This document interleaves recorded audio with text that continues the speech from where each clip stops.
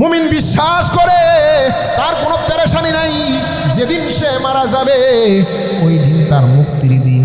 আদ-দুনিয়া সিজনুল মুমিন ওয়া জান্নাতুল কাফির।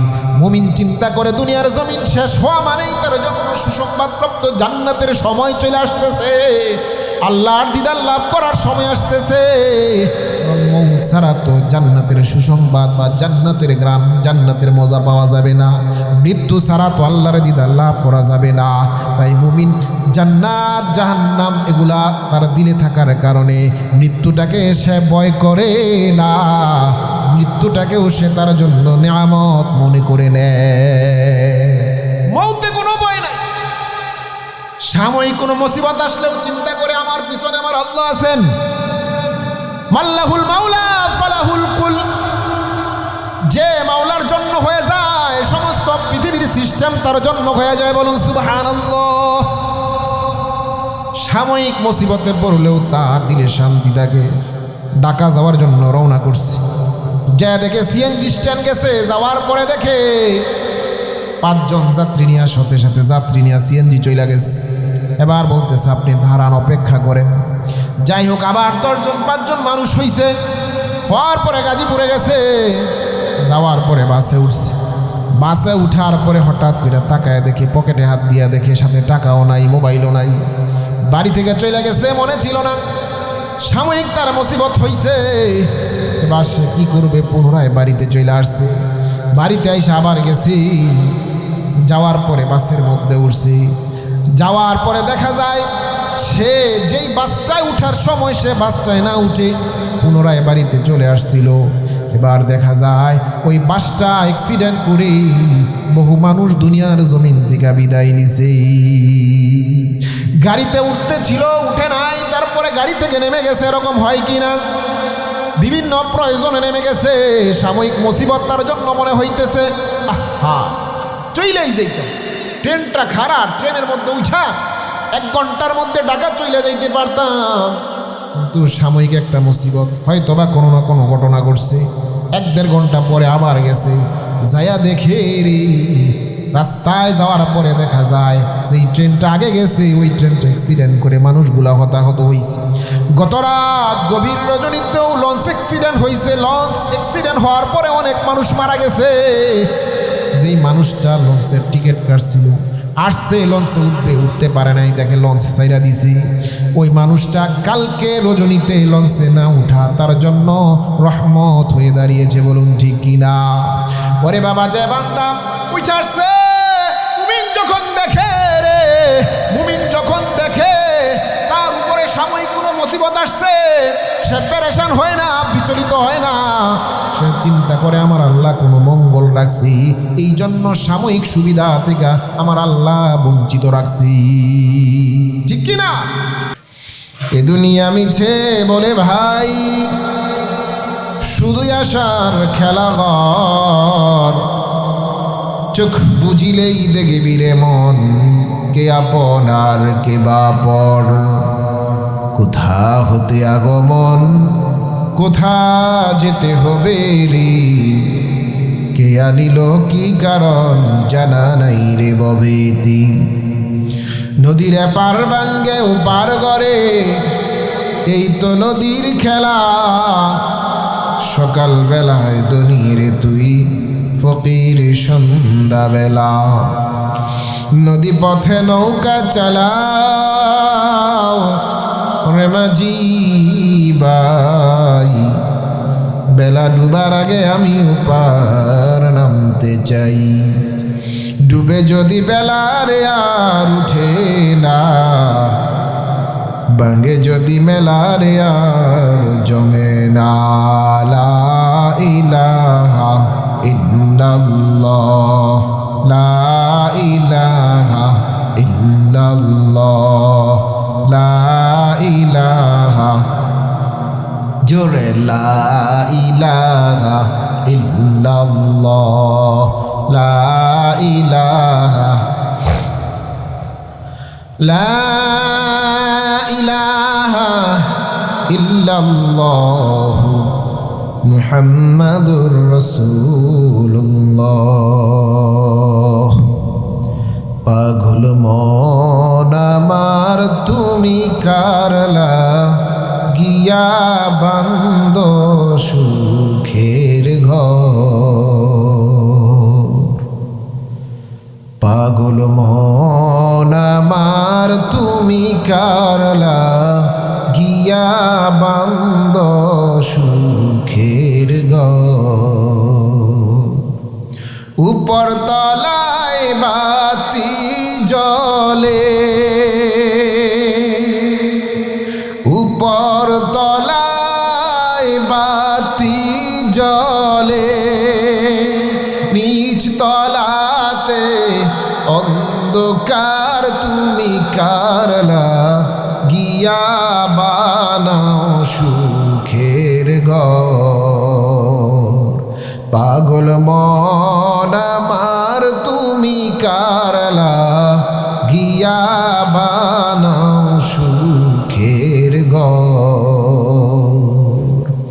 উপর তলায় বাতি জ্বলে, উপর তলায় বাতি জ্বলে, নিচ তলাতে অন্ধকার তুমি কারলা গিয়া বানাও সুখের ঘর। পাগল মন আমার তুমি কারলা গিয়া বান্দরে সুখের ঘর। সুবহানাকা লা ইলমা লানা ইল্লা মা আল্লামতানা ইন্নাকা আনতাল আলিমুল হাকীম। আজকের এই মজমা দামি মজমা, ওলামায়ে কেরামের সোহবত দামি সোহবত। অনেকে মাইকের আওয়াজ যত দূর পায়, যত দূর যায়, দূর থেকে আলোচনা শুনে মাহফিলে আসে না। তারা মনে করে যে আমরা তো মাহফিলে আসছি, আওয়াজ পাইতেছি। অনেকে চিন্তা করে যে সরাসরি ওলামায়ে কেরামের সামনে যায় লাভ কি, মাইকের আওয়াজ পাইতেছি অথবা ইউটিউবে দেখে নিব। এরকম চিন্তা ভাবনা যাদের আছে, আমি তাদেরকে বলবো, বাবা, আল্লাহ রসুল সাল্লাল্লাহু আলাইহি ওয়াসাল্লামের সোহবত যারা পাইছেন, শুধু পাইছেন, চোখ দিয়া দেখছেন, একজন লোক চোখ দিয়া দেখে নাই, রসুলের জামানায় ছিল এই লোক, আর যে রসুল সাল্লাল্লাহু আলাইহি ওয়াসাল্লামকে ইমানের হালতে মৃত্যুর আগে এক নজর আল্লাহ রসুল সাল্লাল্লাহু আলাইহি ওয়াসাল্লামকে দেখছে, এই লোকের মধ্যে, এই দুই লোকের মধ্যে আকাশ পাতাল ব্যবধান আছে, আছে না নাই? যে আল্লাহ রসুল সাল্লাল্লাহু আলাইহি ওয়াসাল্লামকে ইমানের হালত এক নজর দেখছে, ওই লোকটাকে বলা হয় সাহাবী। ওই লোকটাকে কি বলা হয়? সাহাবী। ওই লোকটার দাম এই পরিমাণ, আল্লাহ তাআলা বলেন, রাদিয়াল্লাহু আনহুম ওয়া রাদু আনহু। আল্লাহ বলেন, বান্দা, যেই মানুষগুলা পয়গম্বরকে এক নজর দুনিয়ার জমিনে দেখছি, যারা এক নজর পয়গম্বরকে দুনিয়ার জমিনে দেখছে, ওই লোকগুলাকে বলা হয় সাহাবী। ওই সাহাবীর এত দাম। সাহাবীরা আল্লাহর প্রতি সন্তুষ্ট, আমার আল্লাহ সাহাবীদের প্রতি সন্তুষ্ট, বলুন সুবহানাল্লাহ। বাবারা আমার, সাহাবীরা হলো এমন, এক একটা সাহাবীরা হলো এমন যারা রসুলের সোহবত পাইছে, রসুলকে সরাসরি ইমানের হালতে দেখছি। আল্লাহ তাআলা তাদের ব্যাপারে প্রশংসা করছেন, প্রত্যেকটা সাহাবী জান্নাতি। আল্লাহ তাআলা বলেন, আল্লাহ রসুল সাল্লাল্লাহু আলাইহি ওয়াসাল্লামের মাধ্যমে পৃথিবীবাসীকে জানিয়ে দিয়েছেন, আমিনু কামা আমানান নাস। ও দুনিয়ার মানুষেরা শুনো, আল্লাহ রসুলের সাহাবীরা যেমনি ভাবে ঈমান আনয়ন করেছে, তাদের ঈমানটাকে সাহাবায়ে কেরামের ঈমান, রসুলের সাহচর্য পেয়ে, সোহবত পেয়ে যেরকম ঈমান বানাইছে, তোমরাও তোমাদের ঈমানটাকে ওই রকম বানাও, বলুন সুবহানাল্লাহ। সাহাবায়ে কেরামের দাম এত কেন জানো? তারা সরাসরি পয়গম্বরে পাইছে, সরাসরি পয়গম্বরের চেহারা দেখছে, এই জন্য তারা এত দামি হয়ে গেছে। আমি তুমি আজকে যদি দূরে বসে থাকি রে বাবা, ওলামায়ে কেরামের সোহবতে না যাই, ওলামায়ে কেরামের সোহবতে না যাওয়ার কারণে দেখা যাবে আলোচনা শুনলাম এক ধরনের ফায়দা, কিন্তু উলামায়ে কেরামের চেহারা বরাবর তাকাইলে আমার আল্লাহ বান্দার সগীরা গুনাহগুলা সব মাফ করে দেয়। বলুন সুবহানাল্লাহ। হক্কানি উলামায়ে কেরামের চেহারার দিকে তাকাইলে সগীরা গুনাহগুলা মাফ হয়। শুধু কি বাবা তাই, উলামাদের চেহারার দিকে তাকাইলেও ঈমান বাইরা যায়। এটা এমন একটা ঈমান, এই কলবের মধ্যে ঈমানের বীজ চলে আসে রে বাবা।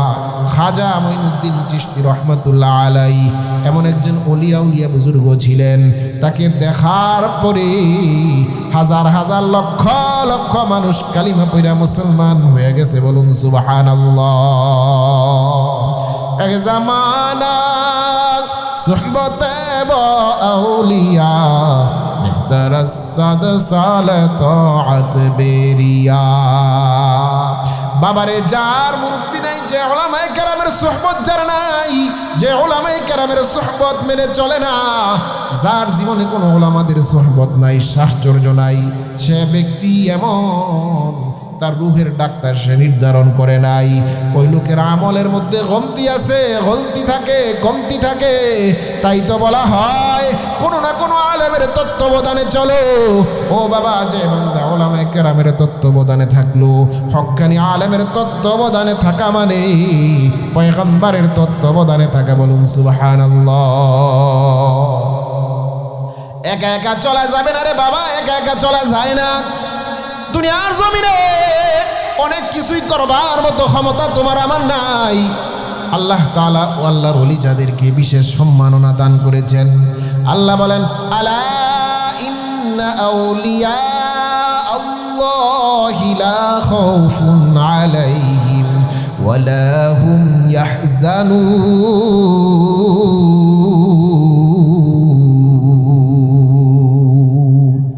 ওলিয়া উলিয়া যারা হয় রে বাবা, তাদের কোনো ভয় নাই, কোনো টেনশন নাই, কোনো পেরেশানি নাই, তারা কোনোদিন চিন্তিত হবে না।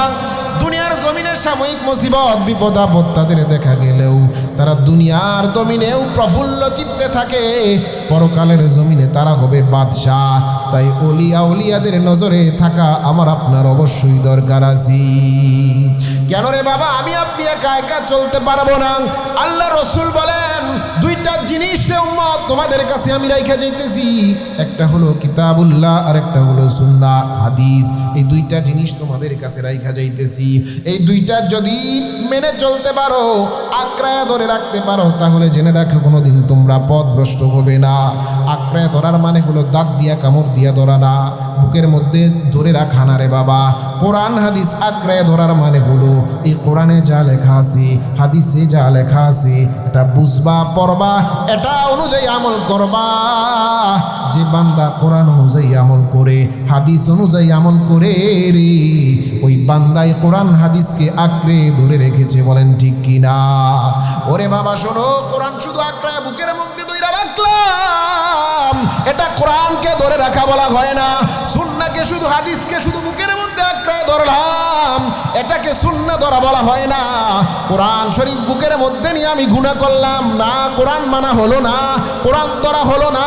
কোরআনকে সামনে রাখলাম, কোরআন শরীফ নিয়ে নিয়ে সারাদিন ঘুরে আর গুনার কাজ করে লোকটা কোরআন শরীফ ধরে রাখে নাই। কোরআন শরীফ ঘরের মধ্যে রেখে দিয়েছে, সুদের কারবার, ঘুষের কারবার, সুদ, ঘুষ, জিনা, ব্যভিচার সব কিছুর মধ্যে জড়িত আছে লোকটা। তাহলে বোঝা যায় এই লোকটা কোরআন ধরে রাখে নাই। ঠিক কিনা? কোরআন ধরে রাখার মানে হলো কোরআন যা বলেছে তা অনুযায়ী আমল করবা রে বাবা। হাদিসের মধ্যে যা আছে তা অনুযায়ী তুমি আমল করবা। এখন কিভাবে আমল করবা তুমি তো জানো না। আল্লাহ বলেন ফাসআলু আহলায যিকরি ইন কুনতুম লা তা'লামুন। আল্লাহু আকবার। আল্লাহ বলে রে বান্দা শোনো, তুমি যদি না জানো, যারা জানে তাদের কাছে জানতে চাও, অবশ্যই তোমার আমার জানার জন্য দুনিয়ার জমিনে উলামায়ে কেরামের দরকার আছে। দুনিয়ার জমিনে কোনো না কোনো মাধ্যম সাহায্য আমাদের দরকার হয়। আমাদের বাড়িতে খেজুর গাছ আছে, তাই বলে আমি তো খেজুর গাছ থেকে রস সংগ্রহ করে খেতে পারি না। মেহমান আসছে, মেহমানেরও খেজুর গাছ পছন্দ, আমারও খেজুরের রস পছন্দ, মেহমানেরও খেজুরের রস পছন্দ। যাদের বাড়িতে খেজুরের গাছ আছে, খেজুরের গাছ থাকলেই কি রস খাওয়া যায় নাকি? খেজুরের রস খাওয়ার জন্য কোনো না কোনো গাছের দরকার আছে না নাই? ওরে বাবা, বাড়িতে গাছ আছে, ডাবও আছে, ডাব থাকলেই খাওয়া যায় নাকি? কোনো না কোনো ডাব পারতে পারে এরকম মানুষের দরকার হতে পারি না। ওরে বাবা শুনো, কোরআন কিভাবে পড়তে হয়, কোরআন শুধু নামাজের মধ্যে যা তেলাওয়াত হয় এতটুকু যথেষ্ট না। পুরা কোরআন পড়ে পড়ে অর্থ অন্বেষণ করে, অর্থ খুঁজে বের করে, হাদিস পড়ে পড়ে অর্থ খুঁজে বের করে ওই অনুযায়ী জীবন পরিচালনা করার নাম হলো কোরআন অনুযায়ী জিন্দেগি পরিচালনা করা। তাই তো বলি রে বাবা, এই কোরআনের সাথে সুহবত লাগানো দরকার, কোরআনওয়ালাদের কাছে যাওয়া দরকার। কোরআনওয়ালাদের কাছে যাওয়া সারা দিন মানা সম্ভব নয়, ওলিয়া উলিয়াদের সুহবত নেওয়া সারা দিন মানা সম্ভব নয়। ওলিয়া উলিয়াদের থেকে দূরে যদি চলে যাও, বহু দূর তুমি চলে গেলা, আমলের মধ্যে গলতি চলে আসতে পারে। ওলিয়া উলিয়াদের সুহবতে থেকে যদি তুমি আমল করো, নফল আমল করার চাইতো ওলিয়া উলিয়াদের সুহবত অবলম্বন করা বেশি ফজিলতপূর্ণ। বলুন সুবহানাল্লাহ। আলেম উলামাদের সুহবত দরকার আছে, আলেম উলামাদেরকে দিল দিয়া মানতে হবে, একেবারে দিল দিয়া মানতে হবে। আল্লাহ বলেছেন তাদেরকে মানার জন্য তুমি নির্দিষ্ট কোনো আলেম রে মানো রে বাবা। খেয়াল করলে দেখা যাবে গ্রামে গঞ্জে বা শহরে কত হাজার হাজার মানুষ কিন্তু কোনো নির্দিষ্ট আলেমের সুহবত মেনে চলে, তার কথা অনুযায়ী চলে, একটা মানুষও খুঁজে পাওয়া যায় না। এরকম মানুষের সংখ্যা খুবই কম। অথচ জীবন পরিচালনা করার জন্য কোনো না কোনো আলেমের সুহবতে থাকা আমার আপনার অবশ্যই অবশ্যই জরুরি। আমার আপনার স্বাস্থ্যের দিকে যদি তাকাই, আমার আপনার স্বাস্থ্যকে ঠিক রাখার জন্য কোনো না কোনো ডাক্তারের সাথে সম্পর্ক আছে। প্রত্যেকটা মানুষের কোনো না কোনো ব্যক্তিগত ডাক্তার আছে। বাড়িতে কোনো অসুস্থতা হইলেই ওই ডাক্তারের কাছে যায়, এরকম ডাক্তার আমাদের আছে না নাই? আমি ব্যক্তিগতভাবেও আমার কোনো রোগ, আমার পরিবারের কোনো রোগ হইলে আমি আর ব্যক্তিগত ডাক্তারের সাথে আমি পরামর্শ করি। আপনারাও কিন্তু এরকম স্বাস্থ্য যদি খারাপ হয় বা কোনো কিছু হয়, সকলেরই ব্যক্তিগত পছন্দের কিছু ডাক্তার থাকে, তার সাথে সরাসরি পরামর্শ করেন, ঠিক কি না? ওরে বাবা, দেহের মধ্যে এটা দেহের চিকিৎসার জন্য ডাক্তার নির্ধারণ করলা, তোমার আমার যে কলিজা রয়েছে, এই যে কল্প রয়েছে, এই যে হৃদয়, এই যে হার্ট, এই যে রয়েছে দিল, যে রয়েছে, এই দিলের কিন্তু অসুস্থতা আছে, এই দিলটার জন্য ডাক্তার আছে। এই দিলের ডাক্তার হলো উলামায়ে কেরাম। বলুন সুবহানাল্লাহ। তোমার আমার রূহের চিকিৎসার জন্য উলামায়ে কেরামের দরবারে যাওয়া দরকার আছে। অন্যথায় রোগ আক্রান্ত দিল গুনাহ করবা, তুমি যেটাকে আমল মনে করে করবা, শয়তান তোমার সামনে এমনভাবে উপস্থাপন করবে, তুমি মনে করবে আল্লাহর ওলি হয়ে যাইতেছো, খুব ভালো কাজ করতেছো রে বাবা। মাজারে যাইয়া তুমি 10,000 20,000 টাকা দান করতেছো, আর তুমি মনে মনে ভাবতেছো আল্লাহর ওলি হয়ে যাইতেছো। তুমি যখন এরকম গোমরাহির দিকে যাইবা, যাই না রাখো তুমি হালাকির দিকে চইলা গেলা। আর কোরআন পড়তে পারে, বুঝতে পারে, কোরআন অনুযায়ী জীবন পরিচালনা করে এরকম কোনো আমলের আমলদার ওলামার সুহবতে থাকলে তুমি কখনো পথভ্রষ্ট হবে না। আউলিয়ারা করে উকবা ইখতিয়ার, জাহেলারা করে উকবা ইখতিয়ার। এক জামানা সুহবতে বাউলিয়া, মেহদারাসাদ সালে তাআত বেরিয়া। ওলামাদের সুহবত দরকার আছে, রুহের ডাক্তারি চিকিৎসা করা দরকার আছে। ওলামায়ে কেরামের কাজ কি বাবা জানো? সুহবতওয়ালা মানুষ, সুহবতওয়ালা ওলামাদের কাজ হলো গিয়ে, দুনিয়ার জমিনে মানুষ যেমন গাছের মধ্যে কলব লাগায়, বড়ই গাছের মধ্যে কলব লাগায়, এক গাছের মধ্যে আরেক গাছের ফল হয়, এক জাতের বড়ইর মধ্যে আরেক জাতের কলব লাগায় গাছটারে সুন্দর করে ফেলে। আম গাছের মধ্যে, দেশিয়া গাছের মধ্যে কলবের গাছ লাগায় আমটাকে আমরুপালি বানায়, বিভিন্ন জাতের আম বানায়। 1 বছর একটা গাছ লাগাইলে সাধারণত 3 থেকে 5 বছর সময় লাগে গাছটাতে ফলন আসতে। কিন্তু অবস্থাটা হলো এমন, কলব লাগার কারণে 1 বছরের গাছের মধ্যেও দেখা যায় ফলের কোনো অভাব নাই, ঠিক কিনা? ওরে বাবা, দুনিয়ার জমিনে যেই গাছগুলা গাছ হয়েছে ঠিক কিন্তু ফলন ভালো না, তাদের মধ্যে কিছু মানুষ আছে যারা কলব লাগায় গাছটার জাত পরিবর্তন করে, আসে না নাই? জাত পরিবর্তন করার কারণে বড়ইর জাতের মূল্য বেড়ে যায়, গাছটা সুন্দর হয়ে যায়, বড়ইগুলা দামি হয়ে যায়।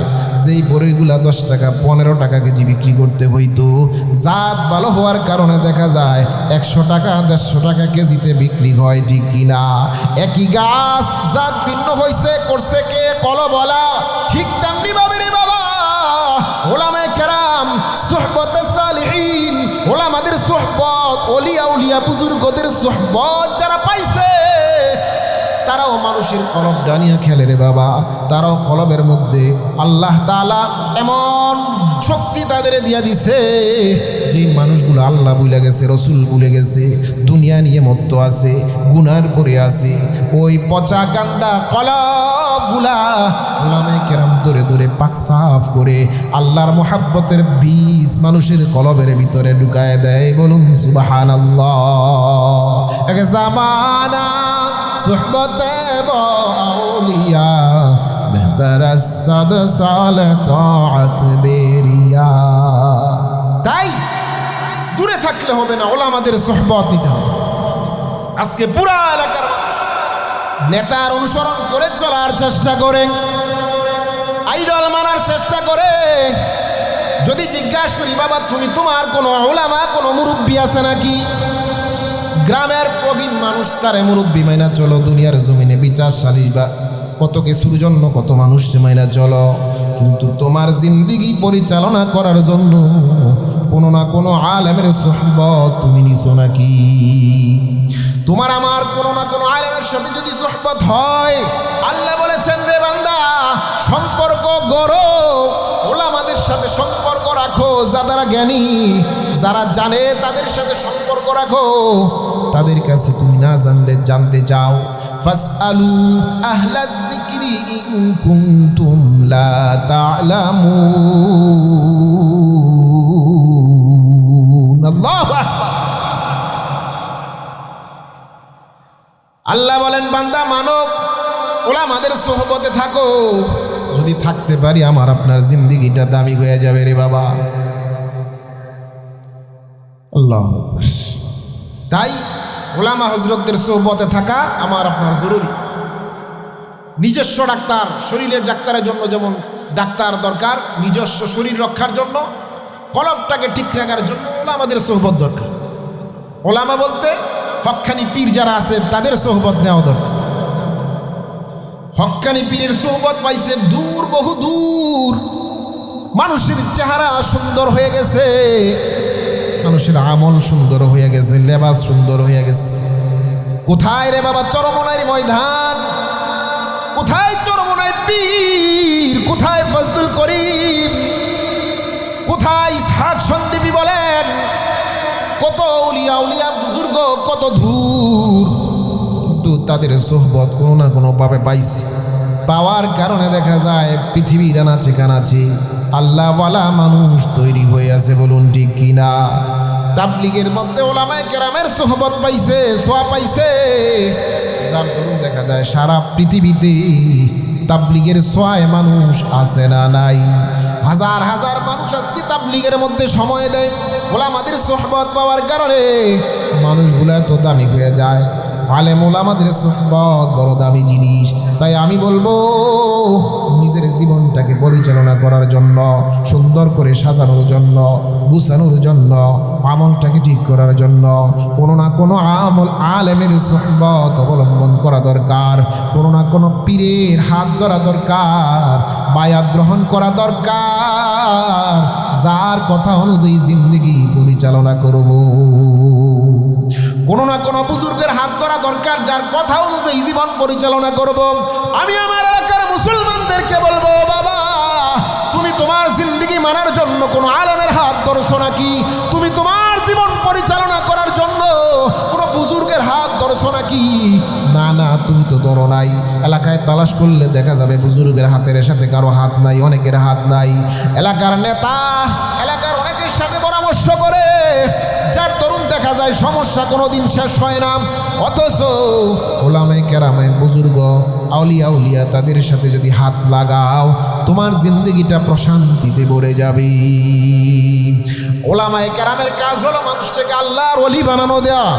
মানুষ যখন আল্লাহর ওলি হবে, আল্লাহর ওলি মানুষ হয়ে গেলে মানুষটা দামি হয়ে যায়। আল্লাহু ওয়ালিয়ুল্লাযীনা আমানু ইখরিজুহুম মিনায-যুলুমাতি ইলান-নূর। আল্লাহর ওলি মানুষ যখন বান্দা যখন হয়ে যায়, তখন ওই বান্দাকে আল্লাহ তাআলা অন্ধকার থেকে আলোর দিকে নিয়ে যায়। বলুন সুবহানাল্লাহ। মুমিন কখনো ওলামারা এমন এমন পরামর্শ দেয়, যার দরুন ওলামায়ে কেরামের পরামর্শ মেনে চললে দেখা যায় মুমিন কখনো অশান্তিতে থাকে না। আল্লাহ তাআলা মুমিনের দিলটাকে সবসময় প্রশান্তিতে ভরপুর করে রাখেন। সুবহানাল্লাহ। মুমিন কখনো অশান্তিতে থাকে না, প্রশান্তিতে থাকে। মুমিন মুসিবত থাকতে পারে, কিন্তু তার দিলের ভিতরে প্রশান্তির কোনো অভাব নাই। মুমিনের দিল সব সময় প্রশান্ত দিল। ঘরে খাবার নাই, তারপরও তার দিলের ভিতরে শান্তি আছে। কোনো কাজ হইতেছে না, বিপদ আসছে, তারপরও তার দিলের ভিতরে শান্তি আছে। রে বাবা, চাকরি চলে গেছে, তারপরও তার দিলের ভিতরে শান্তি আছে। কারণ মুমিন বিশ্বাস করে আমার পিছনে একজন অভিভাবক আছেন, তিনি আর কেউ নয়, তিনি হলেন আল্লাহ। আল্লাহর সাথে যখন বান্দার কলবটা জোড়া লাগায় দেওয়া হয়, বান্দাটা এত দামি হয়, তার সব কাজে কর্মে সে আল্লাহকে অনুভব করতে পারে। সে চিন্তা করে আমার পিছনে একজন আছেন, তিনি হলেন আল্লাহ। আমার আপনার পিছনে একজন আছেন, তিনি হলেন কে? জুড়ে বলেন কে? আমার আপনার পিছনে একজন আছেন, তিনি হলেন আল্লাহ। আমি আপনি গুনাহ করলেও আল্লাহ তাআলা দেখে, ভালো কাজ করলেও আল্লাহ তাআলা দেখেন। আমি কেমন আছি, সুখে আছি না দেখে দুঃখে আছি, এটাও আল্লাহ তাআলা দেখেন। আমি আপনি যদি আল্লাহর ওলি হয়ে যাইতে পারি রে, আল্লাহ তাআলা আমার আপনার জিন্দেগি, পুরা জিন্দেগি সুন্দর করে দিবেন। বলুন সুবহানাল্লাহ। আলা ইন্না আউলিয়া আল্লাহি লা খাউফুন আলাইহিম ওয়ালা হুম ইয়াহজানুন।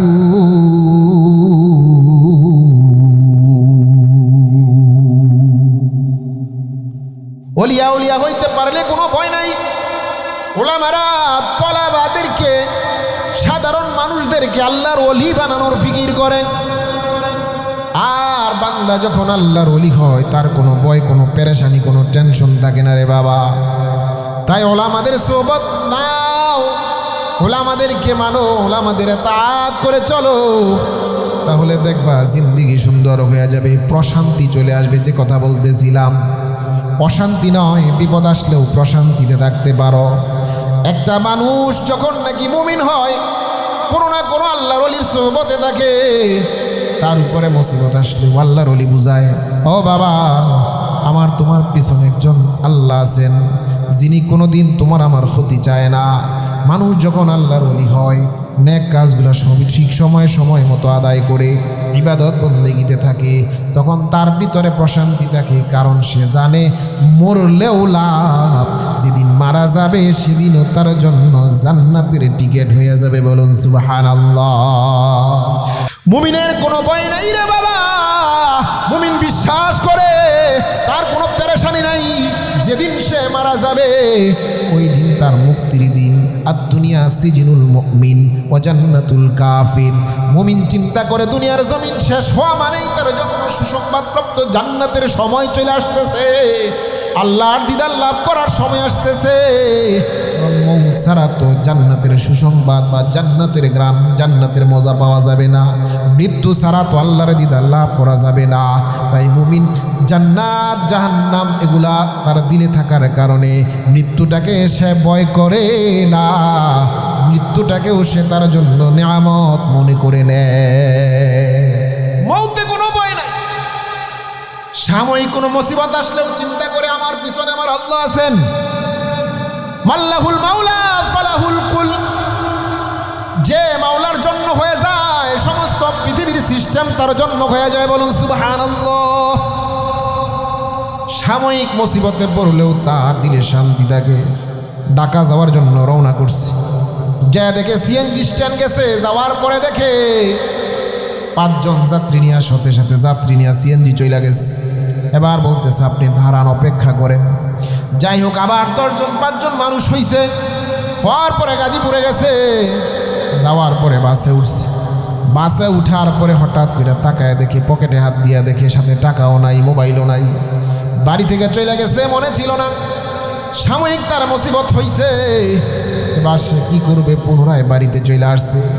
বাড়িতে এসে আবার গেছি, যাওয়ার পরে বাসের মধ্যে উঠছি। যাওয়ার পরে দেখা যায় সে যেই বাসটায় উঠার সময় সে বাসটায় না উঠে পুনরায় বাড়িতে চলে আসছিল। এবার দেখা যায় ওই বাসটা অ্যাক্সিডেন্ট করে বহু মানুষ দুনিয়ার জমিন থেকে বিদায় নিছে। গাড়িতে উঠতে ছিল, উঠে নাই, তারপরে গাড়ি থেকে নেমে গেছে, এরকম হয় কি না?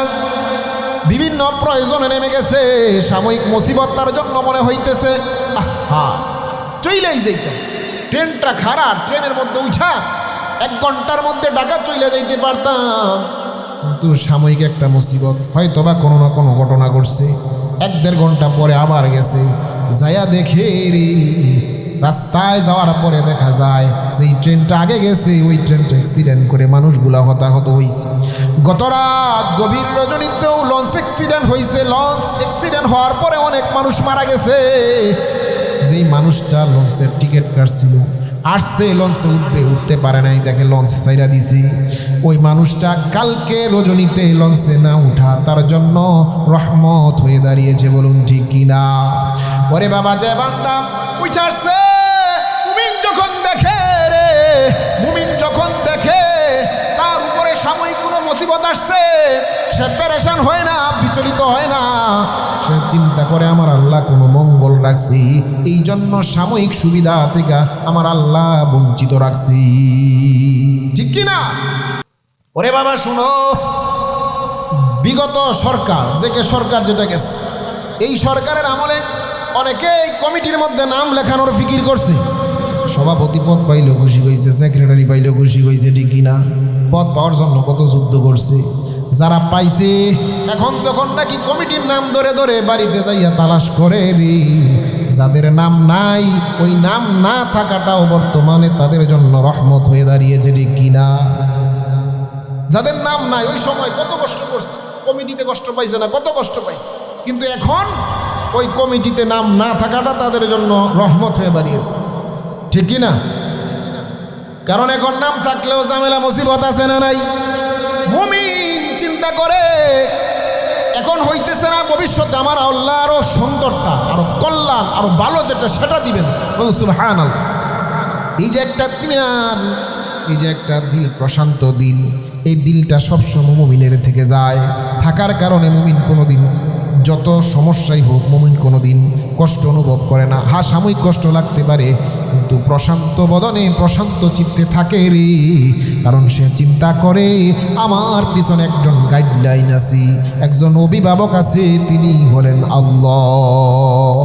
যত জালিম আমারে জুলুম করুক কোনো ভয় নাই, কোনো সমস্যা নাই, আমার পিছনে একজন আছেন, তিনি হলেন আল্লাহু আকবার। মুমিন তো সেই যে মসজিদে আজান হইছে 5 ওয়াক্ত নামাজের জন্য দৌড়ায়। আর তুমি বাবা আল্লাহর ওলি হইতে পারো নাই, আল্লাহরে কাছের বানাইতে পারো নাই।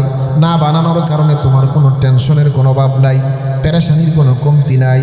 যে বান্দা 5 ওয়াক্ত নামাজ মসজিদে যায় জামাতের সাথে আদায় করে আল্লাহর নাম শোনার পরে পাগল হয়ে যায়।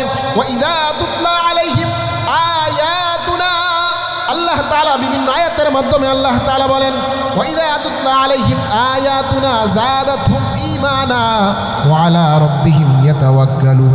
তেলাওয়াত শুনলেও মুমিনের ঈমান বাড়ে, তেলাওয়াত শুনলেও মুমিন পাগল হয়ে যায়, আল্লাহর নাম শুনলেও মুমিন পাগল হয়ে যায়, আল্লাহর নাম শুনলে মুমিনের দিল কেঁপে যায়। মুমিন কোনো ভালো কাজ শুনলেই তার দিলটা নেচে উঠে। যখন শুনে আজকে ফজরে মসজিদ ভর্তি মুসল্লি হয়েছে, মুমিনের দিলটা শান্তি পায়। আর যে মানুষটা মুমিন, নামদারি মুমিন কিন্তু কাজে তেমন আল্লাহওয়ালা না, সে যখন শুনে অমুক জায়গায় গান পার্টি হবে, তার দিলটা নেচে উঠে।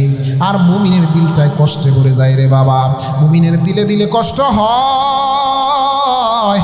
গানের কারণে তো কত মানুষ আজকে কষ্ট পাইবে, এই গানের কারণে কত মানুষের ঈমান হারা হইবে, এই গানের কারণে এলাকার মানুষ গুনাহগার হইবে। যার ভিতরে ঈমান আছে, যে মুমিন, তার ভিতরে কষ্ট আছে না নাই? মুমিন শান্ত হয়, মুমিন ঠান্ডা হয় যদি শুনে তাবলীগের রাস্তায় আল্লাহর ঘরে ঘরে দিন শিখানোর জন্য 40 জন বা 100 জন, 200 জন, 100 জামাত বা 200 জামাত বা 500 জামাত মসজিদ থেকে বের হয়ে গেছে, মুমিনের দিল শান্ত হয়ে গেছে। যার দিন দেখলে, ভালো কাজ দেখলে দিলটা ঠান্ডা হয়, ওই মানুষটা হলো মুমিন। ওই মানুষটা, যেই মানুষটা আল্লাহর দিনের বিজয় দেখলে খুশি, নিঃসন্দেহে আমার আল্লাহ ওই মানুষটার বিপদে রাখবেন না, ঠিক কিনা? আল্লাহর পথে যারা চলে, আল্লাহর কাজ যারা করে, তাদের কোনো ভয় নাই রে বাবা। সাময়িক মুসিবত দেখা গেলেও তাদের কোনো ভয় নাই, কোনো টেনশন নাই, কোনো পেরেশানি নাই। কষ্ট থাকলেও কষ্টের পরে তাদের মিষ্টি আসে না। না সাধারণ যারা, বেরিন যারা, তারা তো এগুলো চিন্তাও করে। এগুলো আসবে কোথা থেকে? ওলামাদের সোহবত থেকে, ওলিয়া ওলিয়া পীর বুজুর্গদের সোহবত থেকে রে বাবা। তাই কোনো না কোনো আল্লাহর ওলির হাত ধরে তাকওয়া অবলম্বন করা, জীবনটাকে সুন্দর করা। আল্লাহর ওলি খুঁজতে যায় আবার 800 দরবারে যাও না ওরে বাবা।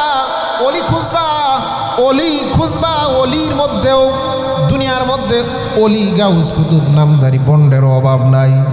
ভালো হক্কানি আলেম ওলি, যার চেহারা সুন্নতে নববীতে ভরপুর, যার চেহারার মধ্যেও সুন্নাহ আছে, আমলের মধ্যে সুন্নাহ আছে, নিজেও আমল করে, নিজেও আমলি জিন্দেগি গঠন করছে, পর্দা পুশিদার সব কিছু ঠিক আছে। এরকম একজন আল্লাহর ওলির হাত ধরি জীবনটা যদি আমি আপনি চালাইতে পারি, আল্লাহ তাআলা ঈমানের মজা দিবেন, প্রশান্তিতে আমার আপনার দিলটা সব সময় ভরপুর থাকবে। বলুন সুবহানাল্লাহ। या इलाही तू मेरा माबूद है, या इलाही तू मेरा माशूक है। আল্লাহ আমাদের অভিভাবক, আল্লাহর সাথে সম্পর্ক করা, আল্লাহর সাথে দিল লাগানো, মোহাব্বত লাগানো, আল্লাহর সাথে সম্পর্ক গড়ার জন্য ওলামায়ে কেরামের সোহবত দরকার। তাই তো বলি রে বাবা, ওলামায়ে কেরাম তোমাকে আমাকে কোরআন চিনাইবে, আল্লাহর রসুল চিনাইবে, হাদিস চিনাইবে, কালামুল্লাহ চিনাইবে। ওলামায়ে কেরাম মাদ্রাসার মোহাব্বতের কথা বলবে, পরিশেষে বলবো কিতাবের মোহাব্বত মানে ওলামাদের মোহাব্বত, কোরআনের মোহাব্বত মানে ওলামাদের মোহাব্বত। আমরা ওলামাদেরকে কেন মানব? কারণ আমরা নিজে কোরআন পড়তে পারি না, হাদিস নিজেরা পড়তে পারি না। অনেকে চিন্তা করে বাংলা গাইড দেখে দেখে পড়ে ফেলবো।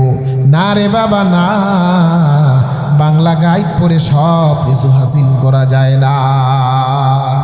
নিজে কোরআন পড়তে পারো না, নিজে হাদিস পড়তে পারো না, তাই কোনো না কোনো ওলামায়ে কেরামের সোহবত নেওয়া।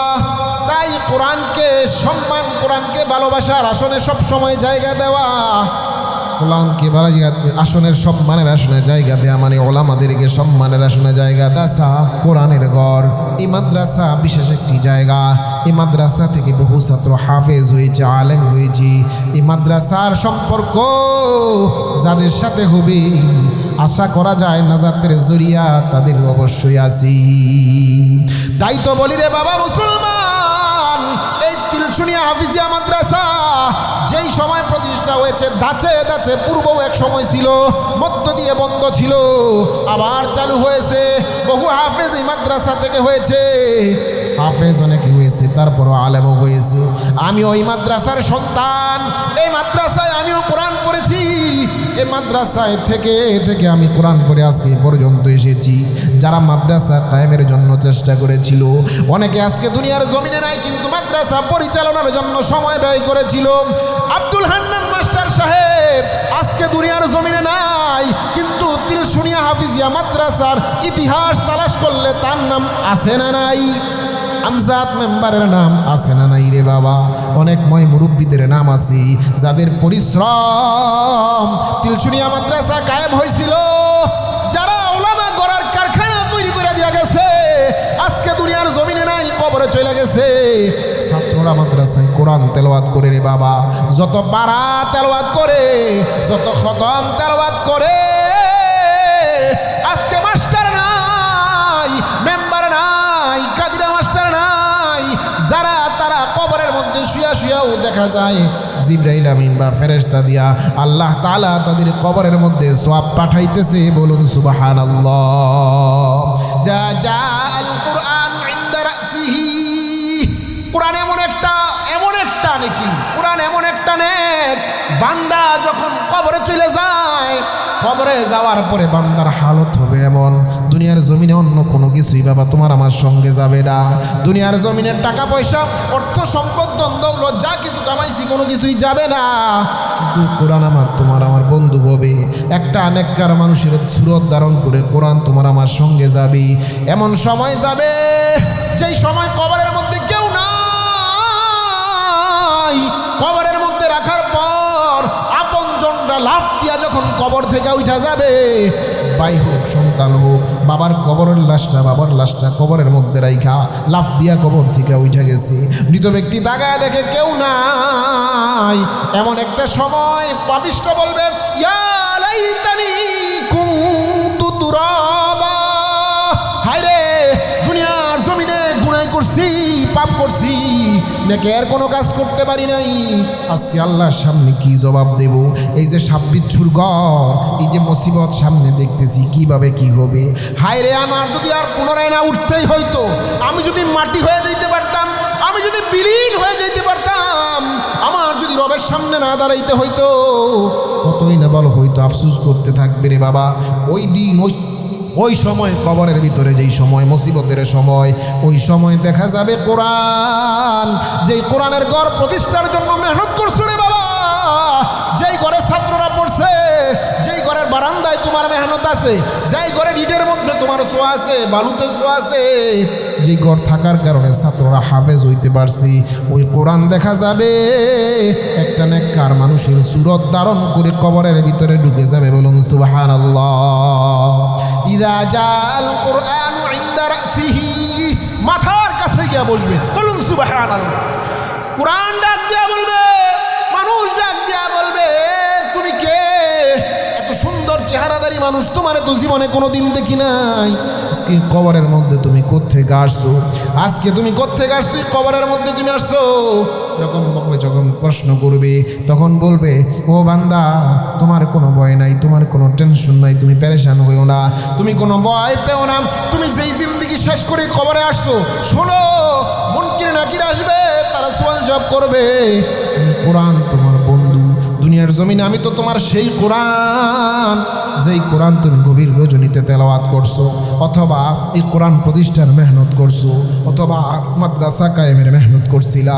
আমি কোরআনকে জিন্দা রাখার জন্য, দুনিয়ার জমিনে কোরআন প্রতিষ্ঠা রাখার জন্য তুমি মেহনত করছিলা। আমি তোমার সেই কোরআন আজকে তোমার বন্ধু হয়ে দাঁড়াইছি।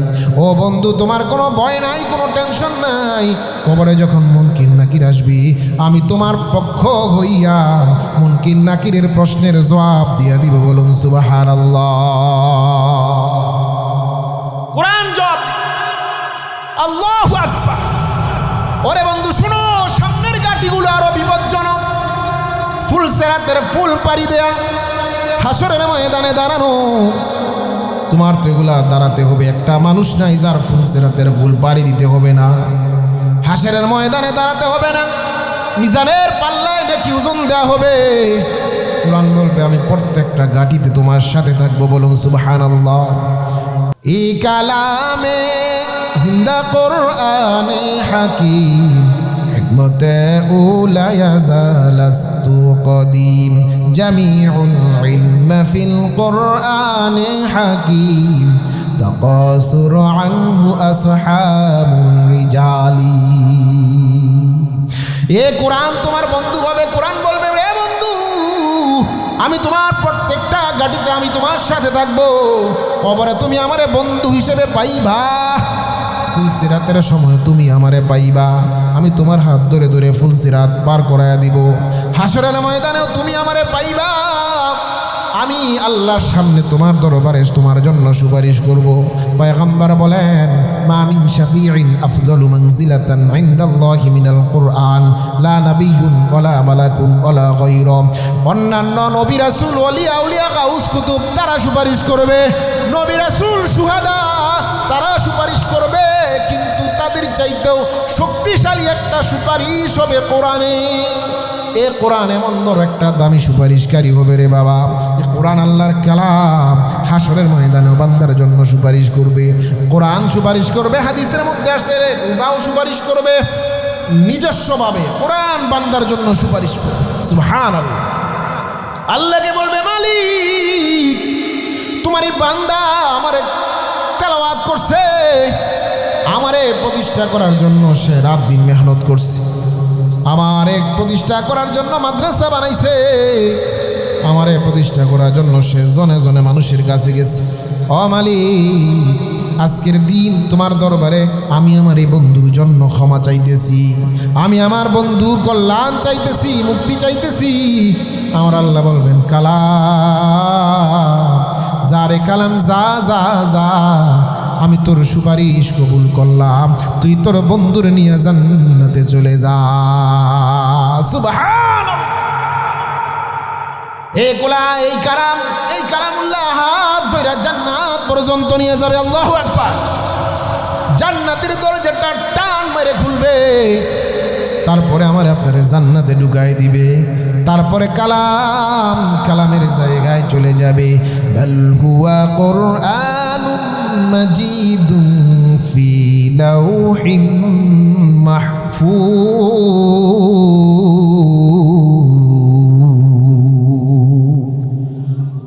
তাই বলি রে বাবা আখেরি কথা কোরআনকে মহব্বত করা কারণ কোরআন তো আমরা পড়তে জানি না কোরআনকে মহব্বত করা মানে ওলামাদের মহব্বত করা কোরআনকে কিভাবে মহব্বত করব ওলামাদেরকে কিভাবে মহব্বত করব আমরা যারা সাধারণ আছি আমি প্রথমত বললাম করোনাগুলো আলেমের সুহবতে থাকা দ্বিতীয়ত হলো কারণ কি জন্য থাকবো আমি আপনি তো কোরআন হাদিস পড়তে পারি না তাই কোরআন হাদিস যারা জানে তাদের সুহবতে থাকা আর কোরআন হাদিস যেই জায়গায় আছে ওই জায়গাটাকে মহব্বত করা যারা পড়ে তাদেরকে মহব্বত করা রাসূল বলেন আলেম হও অথবা তলেবে আলেম হও সাবধান ধ্বংসকারী হও না আলেম হও আলেমের ছাত্র হও অথবা আলেমের মহব্বতকারী হও সাবধান সাবধান 5 নাম্বার তুমি আলেমের বিদ্বেষকারী হইও না তাহলে তুমি ধ্বংস হইয়া যাইবা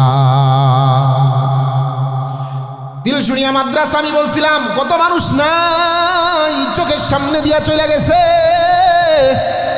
ওরে বাবা ডানে বামে তাকাইলে দেখি কত মানুষ নাই মাদ্রাসার ইতিহাস তাদের সাথে জড়িত আছে রে বাবা আমি মাদ্রাসার ছাত্র এই মাদ্রাসায় আমি পড়ছি নতুন অবস্থায় পড়ছি যেই সময় মাদ্রাসা নতুন ছিল কত মানুষের চোখের সামনে দেখছি তাদের নামগুলা মনে আসলে দিলের মধ্যে কষ্ট লাগে আমরা পড়ছি তারা আমাদেরকে নিয়ে সাথে মাদ্রাসার জন্য কাজ করছে জনে জনে মানুষের কাছে কাছে গেছি রে বাবা আজকে বহু মানুষ বহু ওলামায়ে মাদ্রাসার উসিলায় হইছে আজকে আপনাদের অবদান এই মাদ্রাসার অবদান বহু হাফেজ জায়গায় জায়গায় হওয়ার পরে খেদমত করতেছে আমার জানা মতে ঢাকা কয়েকজন খেদমত করে গাজীপুরে খেদমত করে নরসিংদীতে খেদমত করে এই মাদ্রাসার ছাত্র আপনারা হয়তো বা গভীরভাবে জানেন না কারণ হাফেজ হওয়ার পরে তাদের খোঁজখবর আপনারা রাখেন না রাখার কারণে আপনারা হয়তো বা জানেন না বহু ছাত্র বিভিন্ন সারা বাংলাদেশের আনাচে কানাচে এই মাদ্রাসার ছাত্র পড়ে রয়েছে বলুন সুবহানাল্লাহ এ কোরআনের মহব্বতকারী হওয়ার কারণে এই মাদ্রাসা থাকার কারণে আব্দুল হান্নান মাস্টার আমজাদ মেম্বার বলেন আমি আপনি বলেন এলাকার মানুষ বলেন যারা মাদ্রাসা প্রতিষ্ঠার জন্য আদনা মেহনত করছিল। এই মাদ্রাসার ছাত্র বুজুর্গ ছাত্র আছে আমার জানা মতে। ঢাকা শহর ইমামতি করে, সাভার একজন ইমামতি করে আমার জানা মতে আছে। মানুষটা খুব ভালো, আলেম ওলামা, খুব ভালো মানুষ, খুব বুজুর্গ মানুষ, সোহবতওয়ালা মানুষ, তিলশুনিয়া হাফিজিয়া মাদ্রাসার ছাত্র। হাসরের ময়দানে আল্লাহ তাআলা যখন আমাকে আপনাকে দাঁড় করাবেন, কি বাহানা দিয়ে আল্লাহর সামনে পার পাবো? ওই দিন হয়তো বা এই গ্রামের প্রতিষ্ঠানে কোনো না কোনোভাবে আপনার এহসান আছে, কোনো না কোনোভাবে আপনার সহযোগিতা আছে রে বাবা। গ্রামে মাদ্রাসা হইছে বিদায় সহযোগিতা করতে পারছেন। কোনো না কোনো মানুষ আপনি ওই সময় মনে করছেন জ্বালাইছে। হাসরের ময়দানে বলতে পারবেন, মালিক আমার তো ওই সময় খুব কষ্টের সময় ছিল, তারপরও কমিটির মানুষ আমার কাছে টাকা চাওয়ার পরে ফেরায় দিতে পারি নাই। 1000 বা 2000 বা 5000 টাকা হলেও দিছিলাম। এই টাকা দিয়ে মাদ্রাসার বোর্ডিংয়ের আলু কেনা হয়েছিল, চাউল কেনা হয়েছিল, বিভিন্ন জিনিস কেনা হয়েছিল। ও মালিক, আল্লাহর দরবারে এমনভাবে যখন বলবেন, আল্লাহ তাআলা কিন্তু এই দিন সুপারিশ কবুল করবি। আল্লাহ তাআলা আপনারা যখন দাঁড়িয়ে থাকবেন, আমি আপনি যখন দাঁড়িয়ে থাকব, ও এলাকার মুসলমান, হাসরের ময়দানে যখন দাঁড়িয়ে থাকবেন, কত বাহানা সেদিন তালাশ করবেন, দেখি কোনো বাহানায় আমার আল্লাহ মাফ করে কিনা, কোনো বাহানায় আল্লাহ মাফ করে কিনা রে বাবা। ওই দিন কোরআনের মতো বাহানা আর বড় হতে পারে না। হঠাৎ করে দেখা যায় ছাত্র একজন মানুষ জান্নাতি ঢোল নিয়ে চলে যাইতেছে। আপনি তখন তার সামনে যায় দাঁড়াবেন, এ বাবা তুমি তো তিলশুনিয়া মাদ্রাসার ছাত্র মনে হয়, তোমারে তো মনে হয় দেখছিলাম, তোমারে তো মাদ্রাসায় দেখছিলাম রে বাবা। ও বাবা তুমি পড়ালেখা করছিলাম, আমরা তো ওই মাদ্রাসার পিছনে মেহনত করছিলাম, তোমাদের মাদ্রাসার উপকারের জন্য কাজ করছিলাম রে বাবা। আজকে তুমি কোথায় যাইতেছো? আমার কি অবস্থা তুমি তো দেখতেছো রে বাবা। আমার জন্য আজকে কি তুমি কোনো সুপারিশ করতে পারো না? আমার জন্য তুমি কি কোনো উপকার করতে পারো না? দুনিয়ার জমিনে তোমাদের মাদ্রাসার জন্য আমি চাউল দিছিলাম, মাদ্রাসার জন্য আমি ডাল দিছিলাম রে বাবা, মাদ্রাসার জন্য আমি আলু দিছিলাম, মাদ্রাসা ঘর করার জন্য আমি সিমেন্ট দিছিলাম, বালু দিছিলাম। তোমরা শীতে কষ্ট করছিলাম, তোমাদের শীতের কষ্ট নিবারণের জন্য কার্পেটের ব্যবস্থা করে দিছিলাম, তোমাদের জন্য কত কিছু করছিলাম রে বাবা। আজকের এই মুসিবতের দিন তুমি চইলা যাইতেছো, তাকায় দেখো আমার কি করুণ অবস্থা। ওই দিন এমন মুসিবতের দিন, বাবা মা কেউ কাউরে পরিচয় দিবে না। সন্তান ওই দিন বাবা মা বইলা যাবে, বাবা মা সন্তান বইলা যাবে। ইয়াউমা ইয়াফিরুল মারউ মিন আখিহি ওয়া উম্মিহি ওয়া আবিহি ওয়া সাহিবাতিহি ওয়া বানিহি। ছেলে যাবে আব্বার কাছে, আব্বা যান অল্প কিছু নেকি দিয়ে প্রাণ বাঁচান। স্বামী যাবে স্ত্রীর কাছে, বিবি যান অল্প কিছু নেকি দিয়ে প্রাণ বাঁচান। সবাই বলবে কে? তোমারে চিনি না। স্ত্রী বলবে দুনিয়ার জমিনে তো আমার তো বিবাহই হয় নাই। এরকম অবস্থা ওই মুসিবতের দিন একজন আলেমের যখন আপনি সুপারিশকারী হিসেবে ধরবেন, ও বাবা তুমি তিলশুনিয়ার ছাত্র রে বাবা, তোমারে করার জন্য আমি মেহনত করছিলাম, আজকে আমার জন্য তুমি দেখো সুপারিশ করা যায় কিনা। হাসরের ময়দানে অবস্থাটা হবে এমন, সুপারিশ করার সঙ্গে সঙ্গে রাসূল বলেন ইকরা ওয়ারতাকি ওয়ারাতিল কামা কুনতা তুরাতিলু ফিদ দুনিয়া ফাইন্না মানজিলাকা ইনদা আখিরি আয়াতিন তাকরাউহা। হাফিজ কোরআনকে আল্লাহ বলবেন, এ হাফিজ কোরআন তুমি পরোয়ার চড়তে থাকো, তোমার তেলাওয়াত যেই জায়গায় শেষ তোমার মর্যাদাও সেই জায়গায় শেষ। তোমার তেলাওয়াত যতটুকু হবে রে, তোমার মর্যাদাও আমি আল্লাহ ততটুকু বাড়িয়ে দিব। বলুন সুবহানাল্লাহ।